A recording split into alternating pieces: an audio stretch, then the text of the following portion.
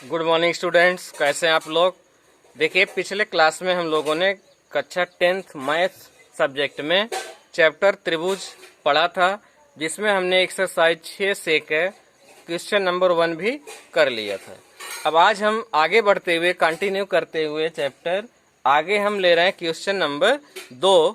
और ये क्वेश्चन सीधे सीधे आपके जितने भी समरूपता की कसौटियां हैं उन पर आधारित है, और आपको चित्र में देख के बताना है कि कौन से त्रिभुज या त्रिभुजों के कौन से युग्म समरूप हैं, सिमिलर हैं, और किस बेसिस पे आप कह सकते हैं, किस आधार पे आप कह सकते हैं कि ये त्रिभुज सिमिलर हैं, और उस कसौटी का नाम भी आपको लिखना है। तो देखिए बच्चों, हमने आपको 3 कसौटियां बताया था। या तो त्रिभुज की तीनों साइड जो है ये समानुपाती हो, माने इसकी साइड में समान अनुपात हो, या तो तीनों इसके एंगल बराबर हो, या 3 नहीं दिया है तो कम से कम 2 एंगल बराबर हो, तो तीसरा अपने आप बराबर हो जाएगा। या तो एक था यस ए यस कि त्रिभुजों की 2 साइडों के बीच समान अनुपात हो और उन्हीं साइडों के बीच का एंगल भी इक्वल हो। इन दैट केस जो है ऐसे 2 त्रिभुज जो है वो क्या होते हैं, सिमिलर होते हैं, और इसी को हम कहते हैं कि वे दोनों त्रिभुज इन कसौटियों पर ही समरूप हो सकते हैं। तो आज हम लोग इसी तीनों पे पहचान करना सीखेंगे कि कौन से त्रिभुज समरूप हैं और किस आधार पर हम समरूप कह रहे हैं और क्यों समरूप नहीं हैं। तो पहला केस दिया है आपका क्वेश्चन नंबर दूसरे का दूसरा पार्ट है। इसमें एक त्रिभुज है एल एम पी और दूसरा है डी ई एफ। अब आपको देख के बताना है। यहाँ देखिए, देखने से लगता है कि हमें तो कोण नहीं दिया है, कोण पे बात खत्म हो गई। अब बात आती है तीनों भुजाएं इसकी दी गई हैं, तो आपको तुरंत आइडिया आना चाहिए कि जब तीनों भुजाएं दी गई हैं तो हमारे पास एक ही विकल्प है कि अगर तीनों संगत भुजाओं में अनुपात इनका बराबर आ जाता है तब हम कहेंगे कि ये जो है समरूप हैं। अगर अनुपात बराबर नहीं आता तो हम कहेंगे समरूप नहीं है। तो सबसे पहले हम अनुपात लिखते हैं। देखिए, इसकी इस भुजा एलएम का अनुपात किसके साथ लिखना है, डीई के साथ। तो एलएम बटे डीई। अगर यह चीज बराबर आ जाता है एमपी बटे ईएफ। देखिए, एक ध्यान और दीजिएगा आप लोग, अगर इस त्रिभुज की पहली भुजा ले रहे हैं तो इसकी एक भुजा संगत लिख लिया मैंने, अब फिर इसकी ही भुजा पहले आएगी। अगर कोई बच्चा एक बार इसकी भुजा पहले लिखा, दूसरे में इसका भुजा लिख देता है, तो ये उत्तर आपका गलत आ जाएगा। तो पहले इसका लिया है तो दूसरे भी इसकी पहले लेंगे, फिर इसकी संगत भुजा ईएफ मैंने इसको लिख दिया। अब तीसरी भुजा ये है एल पी, तो एल पी बटे आपको तीसरी भुजा मिल गई डी एफ। अब अगर इन भुजाओं के मान बराबर आ जाते हैं तो आप बिल्कुल कह सकते हैं कि साइड साइड साइड समरूपता से ये दोनों त्रिभुज समरूप हैं। और अगर नहीं आता तो आप कहेंगे कि ये दोनों त्रिभुज समरूप नहीं हैं। तो सबसे पहले इसमें मान रख लेते हैं 2.7 और ये हो जाएगा बटे 4। यहाँ आ जाएगा एमपी की वैल्यू है 2 और यहाँ इसकी वैल्यू है 5 और इसकी वैल्यू है 3 और यहाँ इसकी वैल्यू है 6। इसको अगर पॉइंट हटा देंगे, देखिए तो यहाँ आ जाएगा 27 ऑब्लिक 4025, यहाँ आ जाएगा 3/6। इसको कट कर देंगे तो कट तो ये होगा नहीं। देखिए, तीनों जो साइड साइड का रेशियो है, जो साइड भुजाओं का अनुपात है, वो तीनों बराबर नहीं है। अब लिख सकते हैं हम not equal to any ratio. तो जब ये किसी अनुपात के बराबर नहीं है तो हम कह सकते हैं कि त्रिभुज एल एम पी ये जो है सिमिलर नहीं है इसके त्रिभुज डी ई एफ से। ठीक, इस समरूपता का प्रयोग करके मैंने आपको बता दिया कि ये जो है त्रिभुज समरूप नहीं है। ठीक है, अगला लेते हैं। अगला है त्रिभुज ए बी सी और P Q R. A B C, A B C. इसमें भुजाएं भी लिख लेते हैं 2, 2.5 और ये है 3। फिर इसके एक त्रिभुज है ABC के बाद PQR।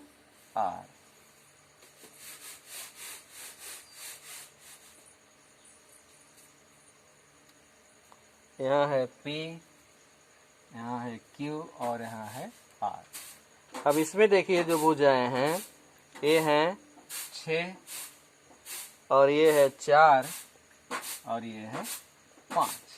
ठीक है, अब इसको आपको बताना है और किस आधार पर ये सिमिलर है उस कारण को भी लिखना है। तो सबसे पहले देखिए AB जो है ये ABC और यहाँ है PQR। ठीक, तो इसकी भुजा जो है पहले संगत भुजा पहचानना सीखिएगा। ठीक है, देखिए अब यहाँ हम लिखेंगे इसकी भुजा जो AB है इसकी संगत भुजा कौन सी है, इसकी संगत भुजा कौन सी है AB की। AB की संगत भुजा हो जाएगी, देखिए PQR यहाँ है, ABC यहाँ है, इसकी संगत भुजा हो जाएगी AB की PQ और ये बराबर हो जाएगी, या सीधे सीधे देखिए कि इसका रेशियो इससे है 2 दूनी 4 और इसका 2.5 है ये 5 है, इसका भी रेशियो क्या आ जाएगा 2.5 का दुगुना 5 है, इसका भी दुगुना 4 है और इसका भी डबल क्या है 6। तो अगर आप लिख भी देंगे तो इसका भी अनुपात आपको क्या मिलेगा बराबर आ जाएगा। ठीक है, तो इस तरह से आप जो है इसको देख कर, बहुत आसान है, इसमें बस आपको देखना है और रेशियो जो आप पढ़े हैं उन तीनों फार्मूले का उपयोग करके आसानी से लिख देना है। अब 3-4 पार्ट इसमें और दिया है, आप लोग करके बताइएगा, हमको भेजिएगा कौन कौन सही किया, हम बताएंगे देखकर। और इसके बाद अगला क्वेश्चन लेते हैं, क्वेश्चन नंबर 3 आप लोग कर लेंगे, चौथा हम आपको बताते हैं। PQR की भुजाओं, क्वेश्चन नंबर 4, त्रिभुज PQR की भुजाओं, त्रिभुज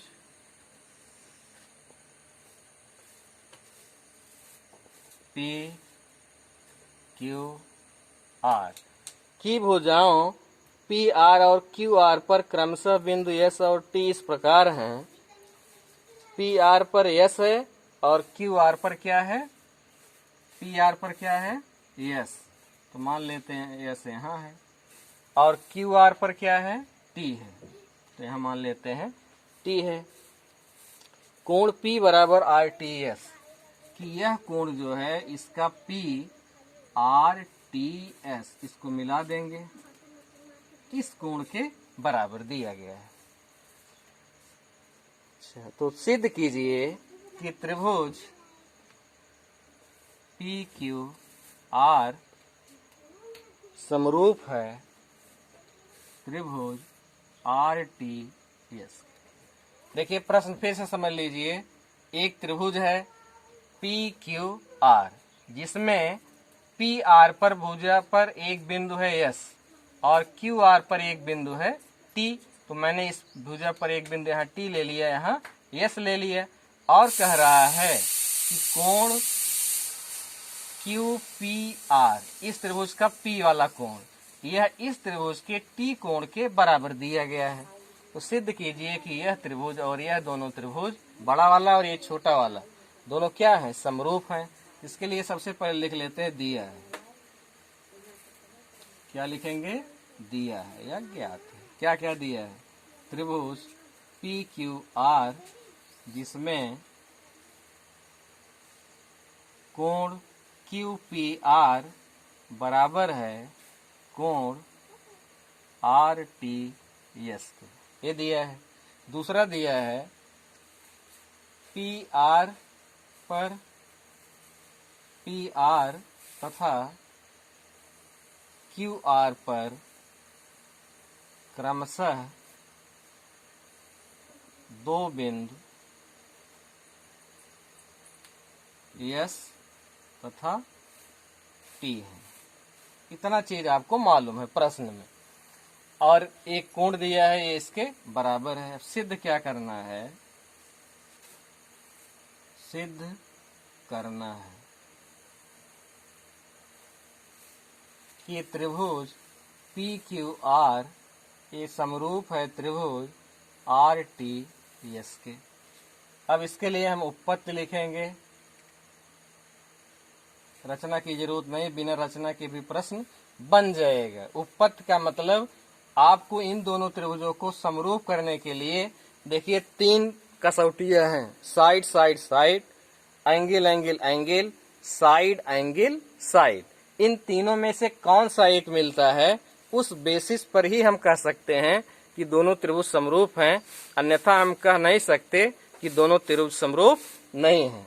तो अब हम यहाँ देखते हैं कि हमको कौन सी वो कंडीशन इन दोनों में मिलती है। तो अगर हम लिखें त्रिभुज पी क्यू आर तथा त्रिभुज आर टी एस में, देखिए इन दोनों में खोजा जाता है पहले कि तीनों है, साइड तो दिया नहीं है कुछ, चलो एक कोण दिया है इसका और एक कोण इसका, तो ये तो हमको मिल जाता है।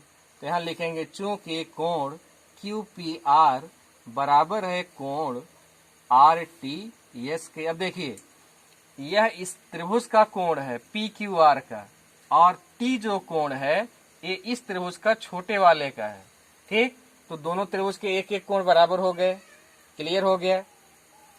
दूसरा, अगर थोड़ा सा भी आप देखें तो कोण आर जो है, यह कोण ये इस त्रिभुज का भी कोण है, छोटे वाले का भी, और यही कोण बड़े वाले में भी है, तो ये तो बराबर होगा ही। तो यहाँ लिख सकते हैं कोण आर जो है ये क्या है, उभय निष्ठ है, या दोनों त्रिभुजों में है कि नहीं। उभय निष्ठ माने दोनों त्रिभुजों में कोण आर है। तो जब एक त्रिभुज के देखो एक कोण यह इसका, एक कोण यह, एक कोण इसके इसके और एक कोण इसका है ही है, दो के बराबर हो गए, तो तीसरा कोण भी, कोण क्यू भी ये जो है बराबर हो जाएगा कोण किसके, यस के। ठीक, अतः अब यहां देखिए आपको तीनों एंगल उसके और तीनों एंगल उसके बराबर मिल गए कि नहीं मिल गए। तो अगर इसका तीनों एंगल इसके तीनों एंगल के बराबर है तो इसलिए हम कह सकते हैं अतः ए एंगल एंगल समरूपता से त्रिभुज पी क्यू आर समरूप हो गया त्रिभुज आर टी एस के। और यही आपको सिद्ध करना है, इत सिद्धम। ठीक है, तो इस तरह से इसको हम सिद्ध कर सकते हैं। ठीक है, अब नेक्स्ट क्वेश्चन लेते हैं। आशा है कि सरल क्वेश्चन है, आपको समझ में आ गया होगा। अब अगला क्वेश्चन लेते हैं। क्वेश्चन नंबर है 5। क्वेश्चन नंबर 5 ये देखिए क्या है। निम्न आकृति में ए त्रिभुज ए बी त्रिभुज ए सी डी के सर्वांगसम है, तो दर्शाइए। पहले आकृति बना लेते हैं।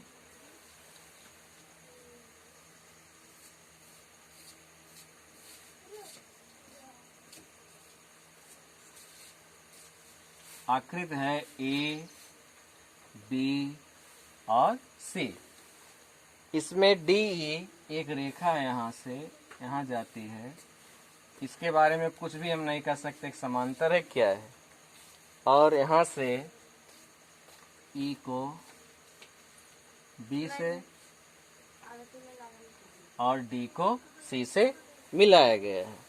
दिया है त्रिभुज ए बी सर्वांगसम है ए सी डी, तो दिखाइए कि ए डी ई समरूप है ए बी सी के। दिया है कि त्रिभुज, पहले लिख लीजिए, दिया है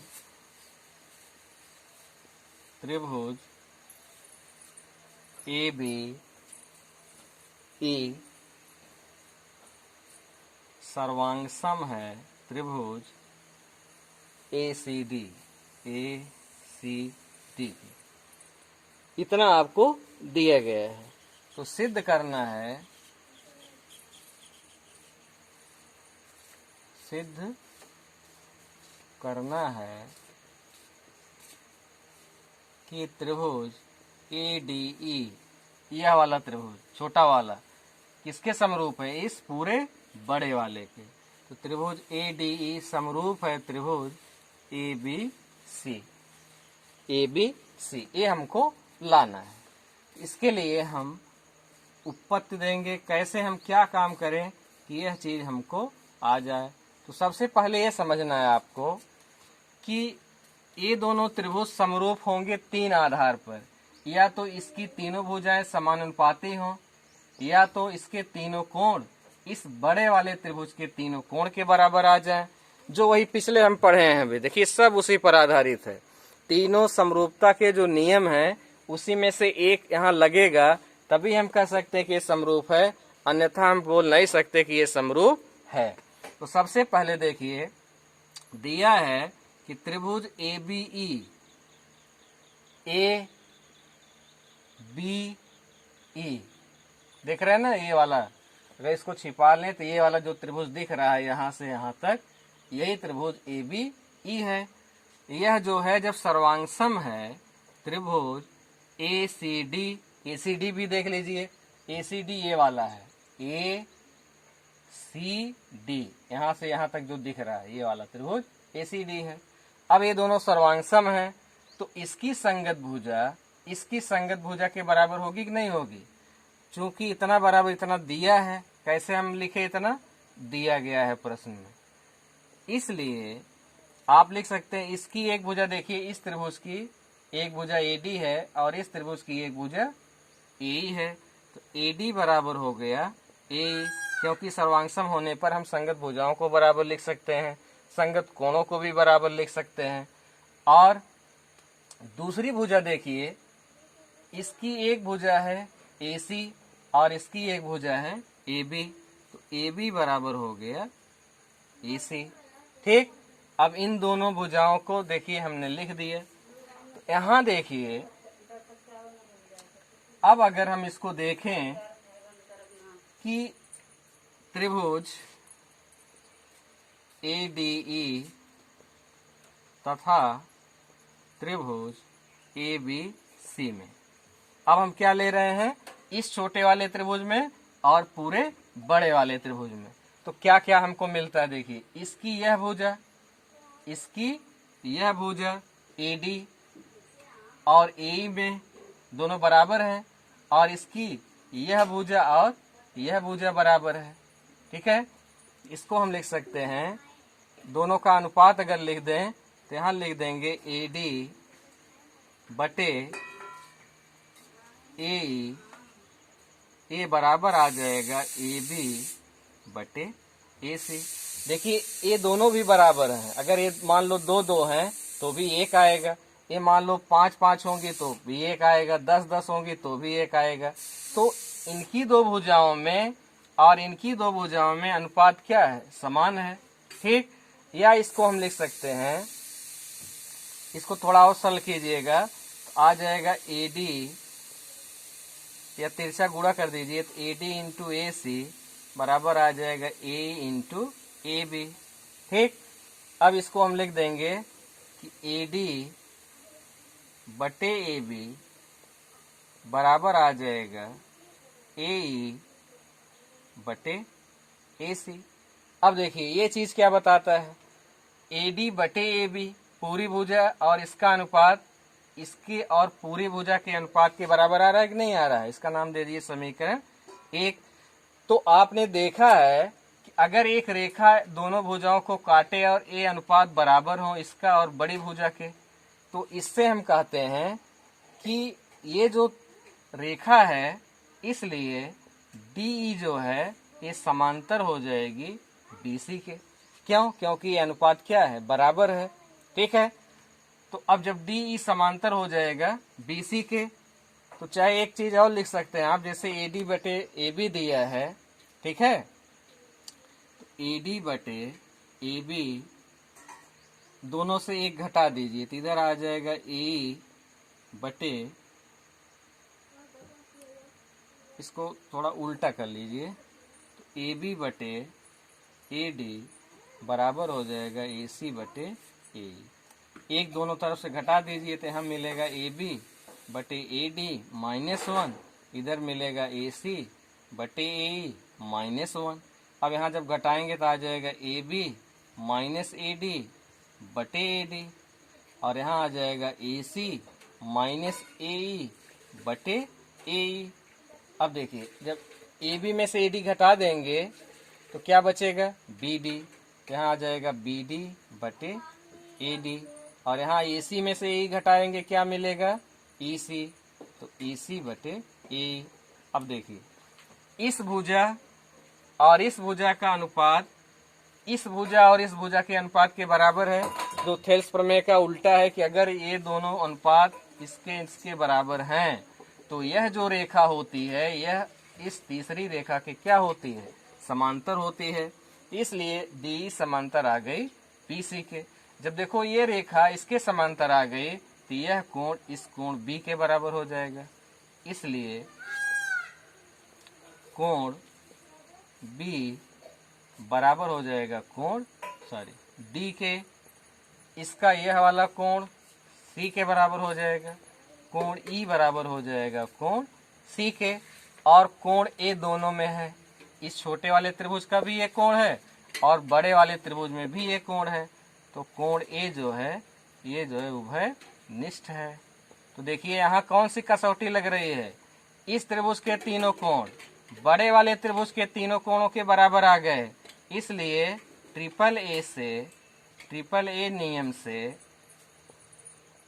त्रिभुज ए डी ई छोटा वाला समरूप हो गया त्रिभुज ए बी सी के, और यही आपको सिद्ध करना है, इति सिद्धम, यही लानत। ठीक है, तो इस तरह से हमने बड़े आसानी से प्रमेय सिद्ध कर लिया। सवाल अच्छे से आ जाएंगे, बस आपको जो भी प्रमेय पढ़ाई गई है अच्छे से याद रखिए और उस बेसिस पर करने का प्रयास कीजिए। और आज का वीडियो हमें समाप्त करते हैं, और आप लोग जो है क्वेश्चन और करते रहिए, भेजते भी रहिए, और इसी के साथ जो है हम इस एक्सरसाइज को आज समाप्त करते हैं। फिर मिलेंगे नेक्स्ट वीडियो में। Thank you very much.